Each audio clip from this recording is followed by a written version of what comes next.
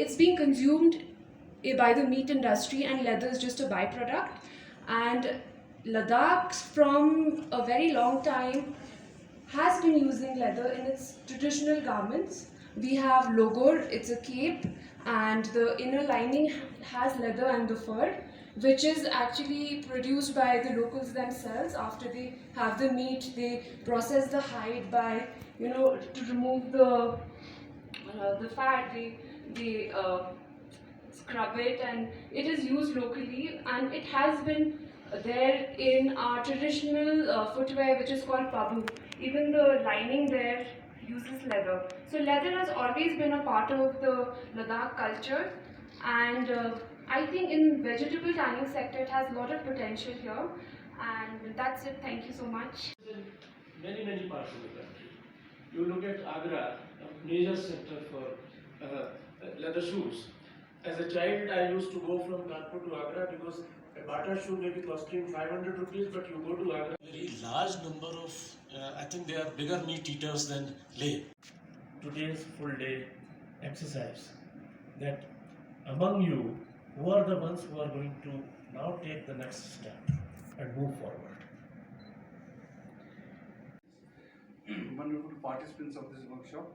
We thank you for being with us this evening. It has been a great thing, but you have to look. Couple of products which came to my mind when I go around and see things in Ladakh. See, I've seen beautiful saddlery items with fish skin used, and they look so pretty. These are old items. They are probably no longer even produced here in Ladakh, but needs to be done. I have personally used pelts which have been done in Ladakh. Now, pelts can be a very high value added item, but I don't see Ladakh made pelts in the market today. Ladakh made shoes, leather shoes, I don't see. Ladakh made dresses, I don't see. But these are very simple products with good designing. They would fetch huge value, and we need to look at it and capture that market. You have enough raw material here. Just imagine about 2 lakh goats in Chanthang itself, and on an average, I have calculated about 10,000 or 20,000 of those goats are culled every year.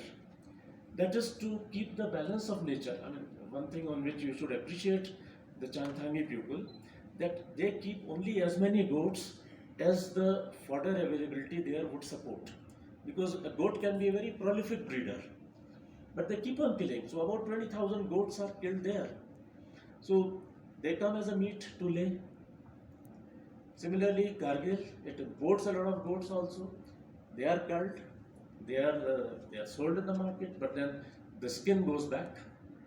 So, and goats and sheep are not the only product. You have yaks, you have camels, you have dogs, you have all sorts of leather which is available in Ladakh, which gives a space to a fairly large number of entrepreneurs to produce and make a very respectable livelihood.